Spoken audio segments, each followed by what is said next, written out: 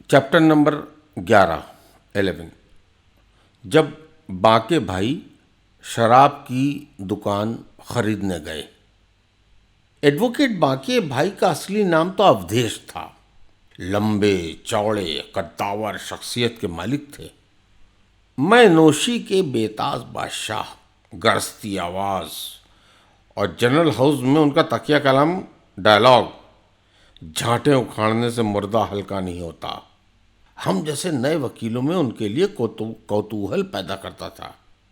उन दिनों लखनऊ में शराब की दुकानों की बोली कलेक्ट्रेट में होती थी और एक बड़े पंडाल में डीएम, एसएसपी और अधिकारी, आबकारी विभाग के दूसरे अफसर बैठते थे और दुकानों की बोली लगती थी, जिससे सरकार को बड़ी आमदनी होती थी। हर साल डीएम साहब कहते थे कि दुकानों की बोली से फायदा पिछले साल से ज़्यादा हो, और इसके लिए वे शराब के दुकानदारों को ज़्यादा से ज़्यादा बोली लगाने के लिए प्रोत्साहन देते थे।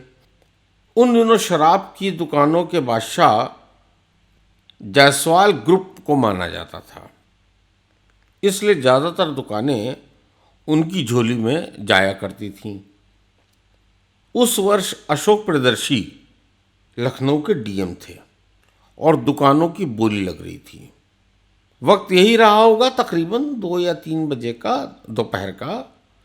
बाके भाई कहीं से मैनोशी के पूरे मूड में आकर कलेक्ट्रेट में टहल रहे थे। उन्हें दुकानों की बोली लगती दिखी। यहाँ ये बताते चलें कि दुकानों की जो आखिरी बोली लगती थी, उसमें बोली बोलने वाले को कुल बोली का तकरीबन चौथाई पैसा वहीं पर जमा करना पड़ता था। बाके भाई दुकानदारों के बीच में एक कुर्सी पर जाकर बैठ गए। उस समय राजाजीपुरम के किसी दुकान की नीलामी हो रही थी, जिसकी बोली 50,000 रुपये से शुरू हुई।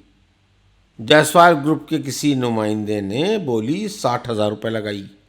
इस पर किसी ने 80,000 रुपये, फिर किसी ने 1,00,000 रुपये की बोली लगाई। इस बीच किसी और बोली लगाने वाले ने 1,50,000 की बोली लगा दी। इसके आगे कोई नहीं बढ़ रहा था। तभी बाके भाई ने बोली 2,00,000 रुपये की लगा दी। शराब के ज़्यादातर दुकानदार एक दूसरे से पूरी तरह वाकिफ थे, इसलिए वे बाके भाई को पहचान नहीं पाए और समझे कि कोई बाहरी है जो उनके धंधे में घुसना चाहता है। इसको भला क्यों बर्दाश्त करते, इसलिए इशारा किया और जायसवाल ग्रुप के नुमाइंदे ने बोली 2,20,000 रुपये लगा दी। बाके भाई ने झट से बोली बढ़ाकर 2,50,000 कर दी। उनके बगल में बैठे हुए पुराने दुकानदार ने उन्हें बताया कि इस दुकान पर शराब की बिक्री ज़्यादा से ज़्यादा 3,00,000 रुपये की होती है, इसलिए ज़्यादा पैसा लगाना बेवकूफ़ी होगी। मगर बाके भाई ने बोली बढ़ाकर 3,00,000 कर दी। डीएम अशोक प्रियदर्शी को मजा आने लगा कि कोई बाहरी ठेकेदार बड़ी बोली लगा रहा है, तो वाजिब है कि सरकार को ज़्यादा फायदा होगा। लेकिन अब जायसवाल ग्रुप ने बाके भाई को ऐसा बेवकूफ़ मान लिया जो अपना नुकसान कराकर भी ठेका लेने को तैयार है, इसलिए वो खामोश हो गया और बोली 3,00,000 रुपये पर छूट गई। आबकारी विभाग के अधिकारी ने बाके भाई से चौथाई रकम मांगी।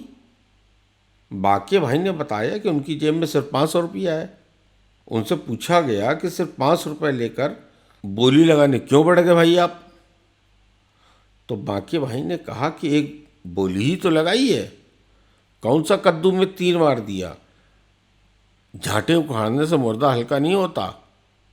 डीएम साहब गुस्से में, बहुत गुस्से में लाल पीले हुए और एसएसपी से कहकर बाके भाई को गिरफ्तार करा दिया। इस बात की खबर बार एसोसिएशन में भी फैल चुकी थी कि आज बाके भाई शराब की दुकान में बोली लगा रहे हैं। तभी खबर आई कि बाके भाई गिरफ्तार हो गए। फौरन दिमाग लगाया गया। हम लोगों के बीच में एडवोकेट खालिद भाई, जो खुद अपनी खुराफातों के लिए मशहूर थे, 2 लोगों को लेकर उसी पंडाल में लपके जहां बोली लग रही थी, और बाके भाई पुलिस की गिरफ्त में थे। खालिद भाई वहाँ पहुँचते ही लगे चिल्लाने, अरे इनका तो इलाज चल रहा है, दिमागी डॉक्टर इनका इलाज कर रहे हैं, यहाँ कहाँ से आ गए? डीएम साहब ने पूछा तो खालिद भाई ने बताया कि बांके भाई की दिमागी तवज्जुम खैरियत से नहीं है, इनका बकायदा इलाज चल रहा है। आज पता नहीं कैसे सबकी नज़र बचाकर वे इस पंडाल में आ गए और साहब बहादुर की शान में गुस्ताखी कर दी। खुद डीएम साहब समय ख़राब होने की वजह से परेशान थे। उन्होंने खालिद भाई को हिदायत दी कि बांके भाई का ठीक से इलाज कराया जाए। खालिद भाई अपने दोस्तों के साथ बांके भाई को लेकर पंडाल से चलते बने और पूरे बार में ठाके लगे कि आज कैसे बांके भाई जेल जाने से बच गए।